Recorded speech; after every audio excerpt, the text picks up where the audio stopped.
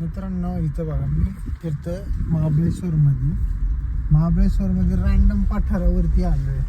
ह्या पठारावरती काही नाही आहे, फक्त एक पठार आहे नॉर्मल. तिथं बाईकसाठी 20 रुपये, कारसाठी 50 आणि बससाठी 100. बस दॅट्स इट. पठार एवढंच आहे. बघ पठार दाखवा काय या पठारावरती अजून. म्हणजे एक रँडम लोकेशनला नेचरमध्ये फिरण्यासाठी पण चार्जेस घेणार का? कोण आहे हॅरिसन्स फॉली गेट पास म्हणजे काय हॅरिसन?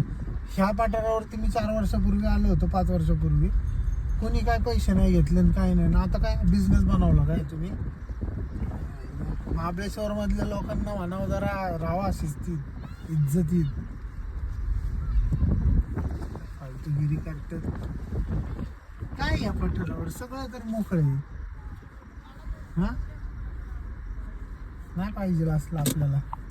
म्हणा लोक म्हणतील तिथे कशाला जायचं मग पैसे चल म्हण.